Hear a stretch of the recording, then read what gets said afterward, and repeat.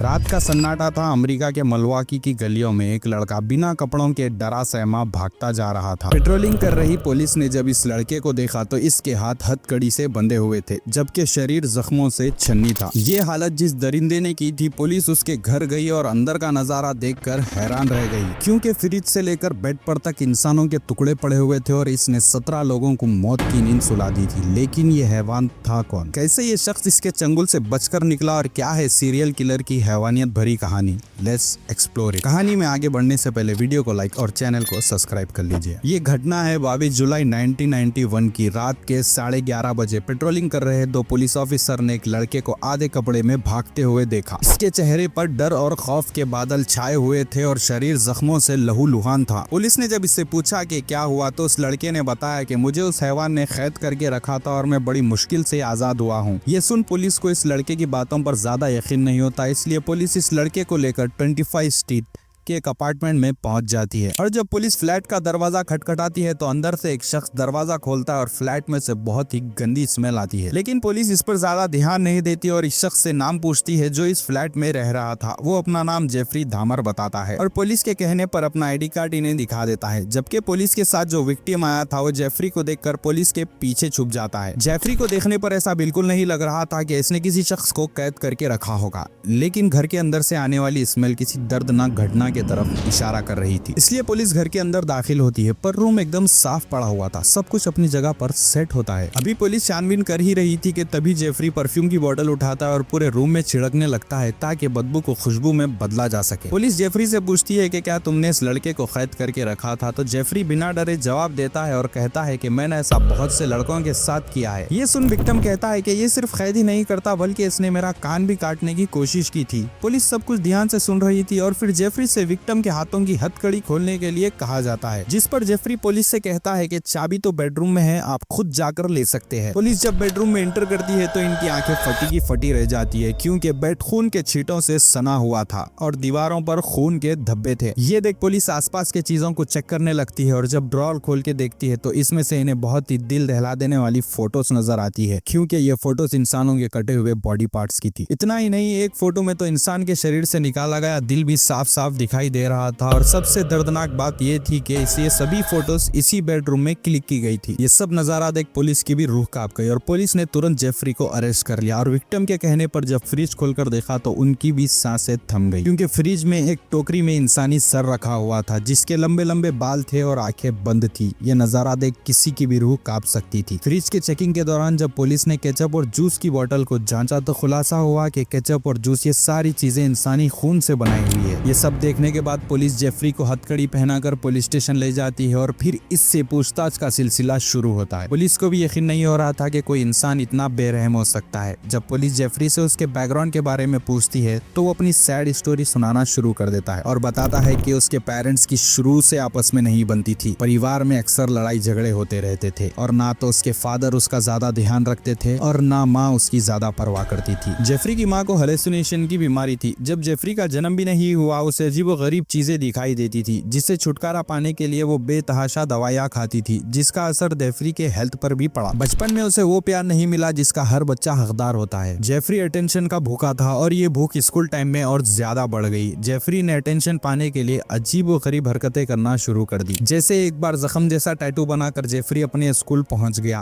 ताकि स्टूडेंट्स और टीचर्स इसे अटेंशन दे, और जब इसे इसकी मनचाही अटेंशन मिल जाती तो वो उन टैटूज को धो देता। ऐसा ही अक्सर जेफरी स्कूल में बेहोश होने का नाटक करता था, चलते चलते जमीन पर गिर जाता था मानो जैसे सच में बेहोश हो गया हो। ये सिर्फ लोगों की अटेंशन पाने का एक जरिया था। इसी तरह जेफरी कई अजीबोगरीब हरकतें करने लगा था। हद तो तब हो गई जब 17 साल की महज छोटी सी उम्र में जेफरी ने अमेरिका के व्हाइट हाउस में कॉल कर दिया और रिसेप्शनिस्ट से कहा कि मेरी बात को इग्नोर करने की गलती बिल्कुल मत करना। ये सुन रिसेप्शनिस्ट को लगा कि शायद ये कोई टेररिस्ट है, इसलिए उन्होंने ये कॉल प्रेसिडेंट को ट्रांसफर कर दी। लेकिन प्रेसिडेंट व्हाइट हाउस में मौजूद नहीं थे, इसीलिए ये कॉल वाइस प्रेसिडेंट ने रिसीव किया। सामने से जेफरी ने कहा कि मुझे और मेरे क्लासमेट्स को व्हाइट हाउस का टूर करना है, तो बताइए कब आए। ये बात आपको भले ही बचकानी या मजाकिया लगे, लेकिन जब आप उसको डीपली सोचेंगे तो आपको एहसास होगा इतने छोटे से बच्चे की कितनी हिम्मत जिसने प्रेसिडेंट को तक कॉल कर दी। और इसी तरह जेफरी की क्रिमिनल सोच और हिम्मत बढ़ती चली गई। पुलिस जब इससे पूछती है कि तुमने कितने लोगों को अपना शिकार बनाया है तो ये बड़ा निडर होकर 17 लोगों के बारे में बताता है और कहता है कि मुझे इनके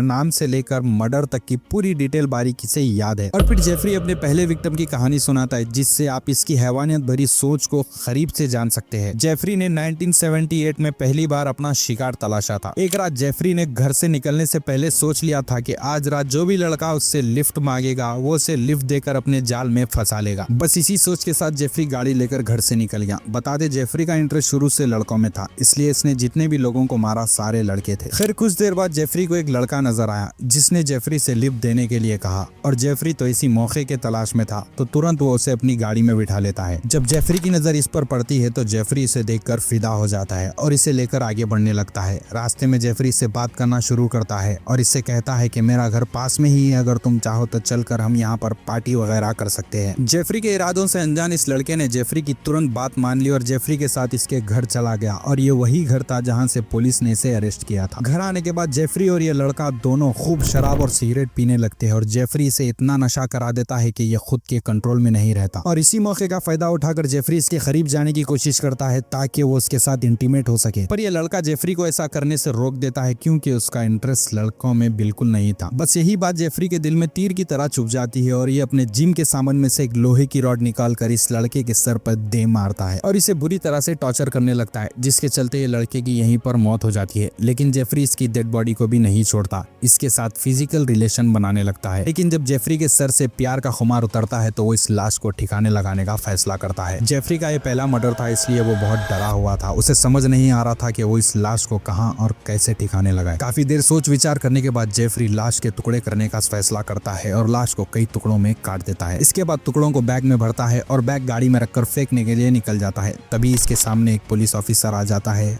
और इसे रोककर पूछताछ करने लगता है। जेफरी बहाना बनाते हुए कहता है कि मैं कूड़ा फेंकने के लिए जा रहा हूँ क्योंकि सुबह ऑफिस जाता हूँ और मुझे टाइम नहीं मिलता। पुलिस भी आग बनकर इसकी बात पर विश्वास कर लेती है और इसे जाने की परमिशन दे देती है। बस यहीं से जेफरी की हिम्मत को बढ़ावा मिल जाता है और इसे फील होता है कि ये चाहे कुछ भी कर ले पुलिस के हाथ से बच निकलेगा। बता दे जेफरी ने आर्मी भी ज्वाइन की थी लेकिन इसकी शराब की लत की वजह से इसे आर्मी से भी निकाल दिया गया। इसके बाद इसने यूनिवर्सिटी में एडमिशन लिया और यहाँ पर कुछ नया करने की चाह में इसने एक्सपेरिमेंट करना शुरू कर दिया और इसके निशाने बने इंसान। जेफरी अलग अलग तरह के केमिकल मिक्स करके लोगों के दिमाग में इंजेक्ट करता था क्योंकि जेफरी का मानना था कि वो इस केमिकल को इंजेक्ट करके लोगों को अपना गुलाम बना लेगा और उनके साथ जैसा चाहे वैसा करवाएगा। इसी तरह जेफरी ने कई मासूमों को अपने एक्सपेरिमेंट का निशाना बना लिया और जेफरी लोगों को मारने से पहले एक मूवी दिखाता था जिसका नाम एक्सोर्सिज्म 3 था। जेफरी अपने विक्टिम से कहता था कि मुझे इस मूवी को देखकर शैतान बनने का मन करता है और फिर मेरे अंदर लोगों को मारने की इच्छा जागती है। जेफरी की बातें एक साइको किलर जैसी थी और आगे चलकर ये दुनिया का सबसे बदनाम सीरियल किलर कहलाया। जेफरी ने करीब 17 लोगों को मारकर उनके शरीर के टुकड़े टुकड़े कर दिए थे और फिर उन टुकड़ों को अपने घर में ही रखा था, जिसके बाद जेफरी के घर से कई कंकाल भी बरामद हुए। जेफरी ने अपने घर को डबल लॉक से सिक्योर करके रखा था लेकिन आखिरी में उसका सच सबके सामने आ गया और इसका लास्ट विक्टिम किसी तरह इससे बचकर भाग गया और उसने पुलिस को सारी सच्चाई बता दी। इसके बाद जेफरी को कोर्ट में पेश किया गया और फिर कोर्ट के ऑर्डर पर जब जेफरी का मेडिकल टेस्ट कराया गया, साइकोलॉजी डॉक्टर ने इसकी कंडीशन को चेक किया और ये दिमागी रूप से बिल्कुल सही था। इसके बाद कोर्ट में जेफरी का ट्रायल चला और उस पर 15 मामलों में मुकदमे चलाए गए और 1992 में इसे 16वीं बार आजीवन कारावास की सजा सुनाई। जेफरी को बिल्कुल अलग सेल में रखा गया था और ये इसे बहुत खटकता था। फिर उसने पुलिस से सिफारिश की कि उसे सभी कैदियों के साथ रखे। फिर पुलिस ने भी इसकी बात मान ली लेकिन 28 नवंबर 1994 को क्रिस्टोफर नाम के कैदी ने लोहे के रॉड से जेफरी के सर पर मारकर उसकी हत्या कर दी और पुलिस से कहा कि जेफरी ने जो गुनाह किए थे उसके लिए आजीवन कारावास की सजा काफी नहीं थी बल्कि वो मौत का हकदार है, इसलिए उसने जेफरी को मार दिया। इस तरह जेफरी की जिंदगी और इस दर्दनाक कहानी का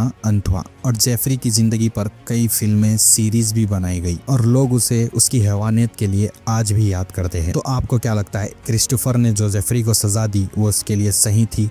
अपनी राय कमेंट में जरूर बताएं। वीडियो पसंद आए तो इसे लाइक और चैनल को सब्सक्राइब करें। Bye bye, be alert and safe.